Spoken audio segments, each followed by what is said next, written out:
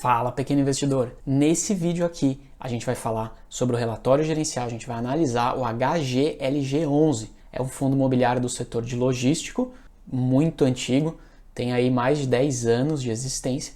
É um fundo imobiliário que está com o seu P sobre VP um pouco acima de 1,10, então está um pouco esticado, mas tem motivo. E além disso ele pagou um dividend yield de quase 9%, que é um dividend yield aí relativamente atrativo, principalmente pensando do ponto de vista de um fundo imobiliário de tijolo. Então fique ligado que nesse vídeo você vai entender absolutamente tudo sobre esse fundo imobiliário HGLG11. Bora começar aqui então. Vamos lá no relatório gerencial. Esse aqui é o relatório referente ao mês de novembro de 2021, é o último que está disponível. Bora começar aqui, ó. O valor de mercado fechou no mês sendo negociado a cota R$ 160, enquanto que o valor patrimonial é de R$ 147,50. São 300 mil cotistas, um fundo imobiliário aí de mais de 3 bilhões de reais, um gigante. E o rendimento, o último rendimento, foi de R$ 1,10 por cota, representando aqui um dividend yield nesse valor de mercado de 8,3%. Pontos importantes, tá? A vacância física, quase 8%, 7,9%, então uma vacância aí relativamente controlada. Até 10% eu considero como ok, acima de 10% já merece um ponto de atenção melhor, e abaixo de 5% eu considero como excelente. E a vacância financeira em 6,6%. Ou seja, essa diferença aqui são inquilinos, né, que alugaram fisicamente, mas estão com algum tipo de atraso. Vamos falar um pouco dos comentários do gestor. Esse fundo teve uma receita de 24 milhões e meio, que seria R$ 1,15 por cota. Fazendo depois os descontos de todos os débitos, o valor final chega a R$ 1,01. E aí você já vai entender, eu já vou te explicar daqui a pouco, quando a gente falar da DRE, por que está diferente aqui o rendimento de 1,10 e esse rendimento de 1,01.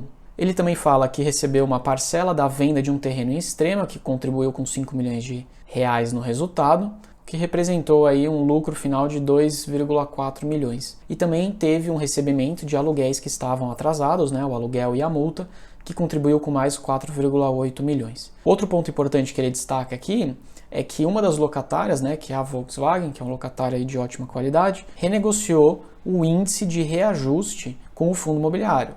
Era reajustado pelo IGPM e agora passa a ser reajustado pelo IPCA. Outro ponto importante aqui é que houve uma reavaliação anual de imóveis e o valor patrimonial foi reajustado, né, em 0,91% para cima. Quer dizer então que os imóveis aí tiveram uma valorização e isso ajuda a trazer valor para nós cotistas, né, do fundo imobiliário. Ele também comenta que ele vai fazer a compra de um terreno, ele já tem na verdade, né, 30% de participação em um terreno identificado como G4, mas agora ele vai comprar mais 40%. Então com isso o fundo passa a deter uma fração de 70% do terreno. O que eu quero mostrar para você aqui é o seguinte: este terreno, que tem uma construção em andamento, já tem uma pré-locação de 43% do galpão. Esse contrato é com a Seara Alimentos e tem 10 anos de duração, ou seja, uma duração aí excelente. 10 anos dá muita segurança para todo mundo aqui. Contrato de longo prazo é ótimo, ainda mais de um galpão que está sendo construído. E outro ponto bacana é que existe um direito de preferência para esse inquilino para um aluguel também do módulo 4 que vai ser construído, o que levaria a 57% do galpão alugado para a Seara, o que também é uma boa notícia. Maravilha, agora vamos ver a alavancagem, porque o fundo está desembolsando uma grana para construir esses galpões. Então esse daqui é o gráfico de alavancagem, ele tem basicamente hoje 5% base versus o patrimônio líquido em dívida por causa dessas construções, e a curva estima aí que lá para 2031 esse valor esteja zerado, que aí sim a dívida esteja totalmente encerrada. É lógico que a gente pode nesse meio tempo, né, a gente está falando de 10 anos, ter novas aquisições e novas construções, então esse valor pode ser que não chegue zerado em 2031. Mas a gente pode ver que no pior momento é que a gente está falando de 5% do patrimônio líquido alavancado, né, atrelado à dívida por esses novos imóveis e construções. Mais abaixo ele mostra aqui como é que estão indo as obras, então ele dá um parecer aos cotistas, né, aos sócios desse fundo imobiliário. Então ele já tem um avanço físico de obras de 86%, está na parte final de construção. Ele até coloca algumas fotos de como que está nesse momento. E ele depois no final dá um acompanhamento geral de obra que ele vem colocando mês a mês aqui, como que está o desembolso financeiro, né, o acumulado financeiro mensal e também o acumulado físico da construção. Bem transparente aqui esse relatório, né? Ele também reporta sobre a expansão de um outro galpão, que ele está na fase 1 de execução de fundação, então isso daqui está mais no começo. A gente vai ver isso aí ao longo de 2022 sendo concluído. Tem até já uma projeção de quando que deve acabar, lá em agosto do ano que vem. Mas também aqui é uma expansão, é mais uma obra que vai agregar mais valor e, eventualmente, mais novos inquilinos. Vamos dar uma olhada na DRE desse fundo imobiliário. Então a gente pode ver que a gente teve, né, no mês de novembro, uma receita de locação, então aqui são os aluguéis, pagamentos, né, dos aluguéis propriamente dito, de 18 milhões de reais, pouco abaixo de outubro de 2021. A gente teve em relação a rendimentos mobiliários 4 milhões de reais. Esses 4 milhões de reais são receitas aí provenientes de fundos imobiliários que ele pode investir, de outros CRIs que ele pode ter em carteira, né, que são os certificados de recebíveis imobiliários. Então são outras rendas que não relacionadas à renda de aluguel. E por último ele teve aqui 2 milhões e 300 mil reais de ganho de capital bruto. Isso daqui é com venda de ativos normalmente, né? Então venda de terreno, venda de algum imóvel. O que totalizou uma receita de 24 milhões e 500. Vamos falar sobre as despesas. Ele teve uma despesa imobiliária de 742 mil reais, então aqui são despesas relacionadas à manutenção. Então a gente está falando aí de pagamento, né, de impostos relacionados ao imóvel, a gente está falando de manutenção dos imóveis propriamente dito, tudo relacionado aos galpões. E despesas operacionais são as despesas relacionadas aí com as taxas de administração, eventualmente uma consultoria externa, um escritório de advocacia, coisas mais administrativas. Foi um gasto de 2 milhões, totalizando 3 milhões de gasto. Ou seja, o resultado final, 21 milhões 520. O rendimento anunciado foi de 23 milhões e 400. Então, neste mês de novembro, o fundo distribuiu mais do que ele trouxe de resultado. Porém, a gente pode ver que outubro foi o contrário, né? Ele teve um resultado de 25 milhões e distribuiu 23. Então, na verdade, parece estar bem saudável aqui. A gente pode ver que ele teve um rendimento, né? Apesar de um rendimento maior anunciado na distribuição do que o resultado propriamente dito, ele teve essa compensação no mês de outubro. E a gente pode ver no ano de 2021 que o resultado foi de 258 milhões e ele distribuiu até aqui 228. Então esse fundo imobiliário tem aí rendimentos extras que possivelmente serão distribuídos em algum momento aos cotistas. Esse gráfico, apesar de ser meio feio, ele é muito bacana. Por quê? O total de potencial, ou seja, se o fundo imobiliário alugasse todos os imóveis, a gente estaria falando de 18 milhões e 800 mil reais de potencial de receita. Porém, ele perdeu 1 milhão e 200 mil reais dessa receita porque ele está vago, então não tem inquilino ali.